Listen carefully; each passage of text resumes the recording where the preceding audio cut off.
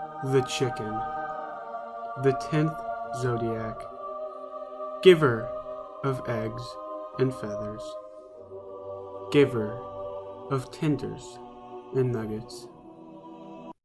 Wait a second. Chickens don't want to give us eggs or feathers, and they certainly don't want to give us tenders or nuggets. So, what is the history of the chicken? How do we produce chicken, and what can we do better?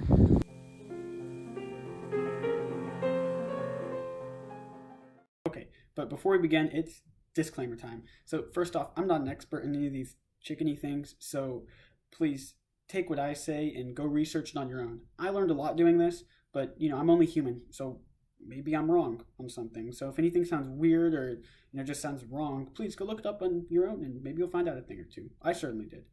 Two, I used to work as a security guard for a chicken factory, so I will be using anecdotal evidence. I won't name what factory I worked at, but know that the practices that were used there do not necessarily reflect the practices that are used everywhere. Third, kind of going off that, the practices that I'm talking about today are going to be about practices used in the US, so not abroad. So it doesn't apply to, say, a country like China or the Netherlands even. Fourth, a lot of the sources that I use, especially when I get into the producing of chicken, are going to be biased towards the preservation of wildlife, and in our case, chickens. So don't go grabbing your pitchforks and torches and going after chicken producers. They are people like you and me who deserve the same amount of respect that you'd give anyone. So please don't go being a keyboard warrior and going after them. It's going to make you look bad, and that's about it. Fifth and finally, I do not eat chicken anymore. So why does this matter? Because I'm a hypocrite. I still eat cows and pigs and other meat. So while they aren't produced the same way as chickens and they don't go through the same processes, they are still slaughtered on an industrial scale, just like chickens. So with all of that out of the way, let's get to it. The first chicken, or at least the one we originally domesticated around 2000 BC, was called G. gallus. The G stands for Gallus, by the way. There is evidence, however, that Gallus gallus wasn't the, quote, sole progenitor of the modern chicken. Scientists have identified 3 closely related species that might have bred with the red jungle fowl, end quote. Gallus gallus is thought to come from Southeast Asia. From here, they spread to places like Egypt. Quote, chickens arrived in Egypt some 250 years later as fighting birds and addition to exotic menageries. Yet it would be another 1,000 years before the bird became a popular commodity among ordinary Egyptians, end quote. They also spread to places like Rome, where, quote, the chicken's killer app was fortune-telling, especially during wartime. Chickens accompanied Roman armies, and their behavior was carefully observed before battle. A good appetite meant victory was likely. According to the writings of Cicero, when one contingent of birds refused to eat before a sea battle in 249 BC, an angry consul threw them overboard. History records that he was defeated, end quote. Chickens spread pretty far and wide in the time of antiquity. Chickens were, however, lost for a period of time in Europe after the Roman Empire fell. Quote, the big, organized farms of Roman times, which were well suited to feeding numerous chickens and protecting them from predators, largely vanished. As the centuries went by, hardier fowls such as geese and partridge began to adorn medieval tables, end quote. Eventually, though, the chicken made a return to Europe and even made its way into the Americas. In more modern history, the chicken has become king of food due to its low cost and wide availability. Quote, by the early 1990s, chicken had surpassed beef as Americans' most popular meat, measured by consumption, that is, not opinion polls, with annual consumption running at around 9 billion birds or 80 pounds per capita, end quote. The chicken is also used in cockfighting. It's legal in the US, but in some nations around the world it's still legal and widespread. Chickens, dropping ethics at the front door for a sec, are deemed good animals for fighting since they come with talons right off the bat.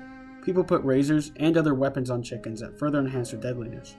I'm personally not a fan of chicken fighting. I think that making anything fight just for the sake of fighting is cruel.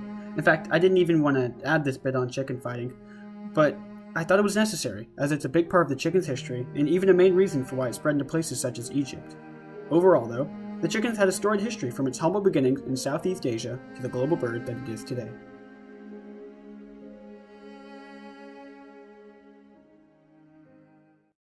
So now it's time to talk about how we produce chickens. But before we start that, just know that I do not mean to demean or belittle chicken producers in any way. They are people like you and me and have to make a living like you and me. So please don't go grabbing your pitchforks and torches, because some of the stuff we're going to talk about here in a second isn't exactly fun, but these people have to do it for a living, so just keep that in mind. So moving on, we're going to talk about the two main types of chickens, layers and broilers, and how they're used. Layer. A chicken used for laying eggs. Simple. Kind of. Once the chickens are born, they go through something called sexing. Basically, the male and female chickens are separated. The female chickens go on to eventually lay eggs. We'll get there. But the male chickens are... Oh. Okay. This happens because male layer chickens are worthless to the chicken companies and therefore treated like waste. As for the females, though, they will, quote, lay efficiently for 60 to 65 weeks. White egg birds will lay 260 to 285 eggs a year. Brown egg layers will lay 240 to 280 eggs a year, end quote. The hens are kept in cages where they can't even move their wings. There, they lay eggs that go down a chute into a collection area. These eggs are unfertilized, meaning that no, you aren't killing baby chickens when you eat them. There are negative health effects on the hens, though, as the high egg laying rate hurts them. Once the chickens are spent, this will come up later, they are killed, usually gassed with CO2, and used for their meat and pet food, according to the Huffington Post.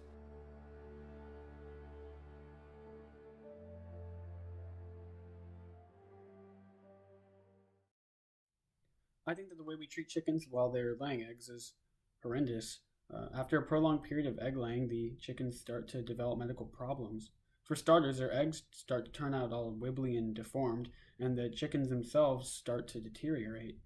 Contrary to that, though, and this is controversial, if the chickens have to be killed after they're spent, then gassing them might not be a terrible option. For the companies, it is cost efficient, and for the chickens, it is relatively quick and painless.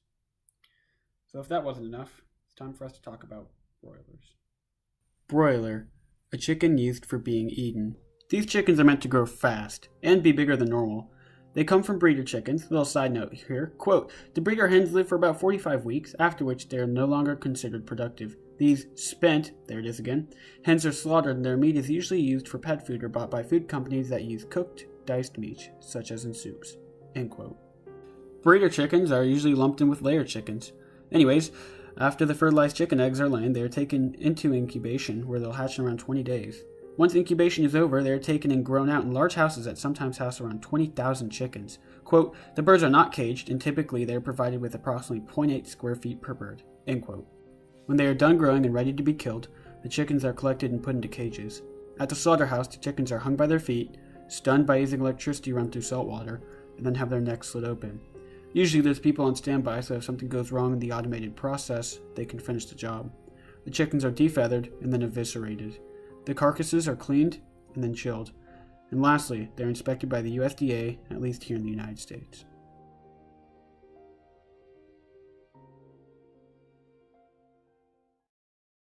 I actually think the method that we kill broilers with is relatively effective, and it seems to be humane. The chickens are paralyzed, so they don't feel much, if anything, and it's relatively quick after that.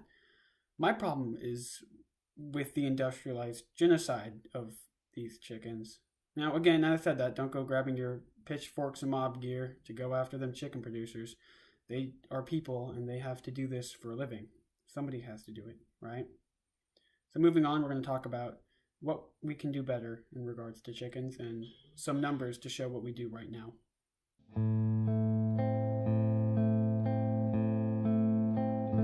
Both PETA and the United Poultry Concern, UPC, are organizations that are pro-animal life, and that's not a bad thing. They both state that around 9 billion broiler chickens are killed in the United States alone each year. Here's an image I found from the USDA stating how many broiler chickens were killed for the week of March 7th, 2019.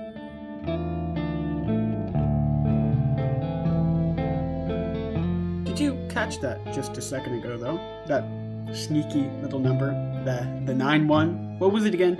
Oh yeah, 9 billion. Let me ask you this. When was the last time you saw 9 billion of something? Really anything. Okay, so when's the last time you saw 9 billion of something die? Probably not ever. Now at 9 minutes and 39 seconds into the video, you're probably wondering what even made me get on this topic. Well, I'm glad you asked. So it's anecdote time. So I used to be a security guard at a chicken factory, and we used to have to deal with a lot of something called offal. offal in my case is refuse parts from chicken that didn't make the cut for whatever reason.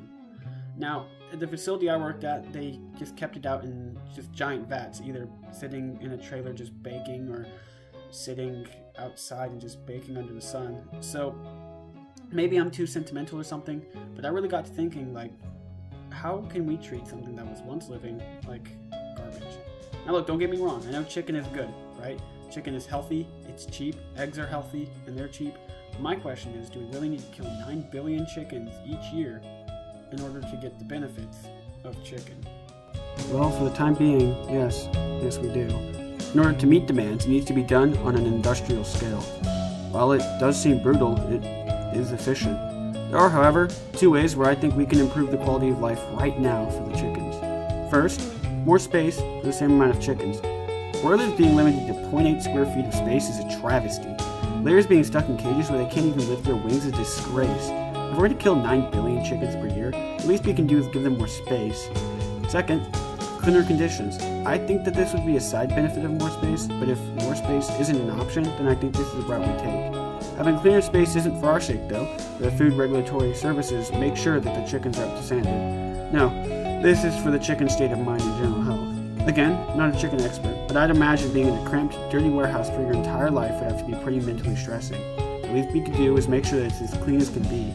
This would, in my opinion, not only improve the chicken's mental health status, it'd reduce the risk of disease within the farm. While both of these methods would hurt companies and workers in terms of revenue and wages, seeing as they'd have to pay to make all of this happen, I personally think that it's the least we can do for these imprisoned animals. Quick side note here, there are of course ethical chicken farms.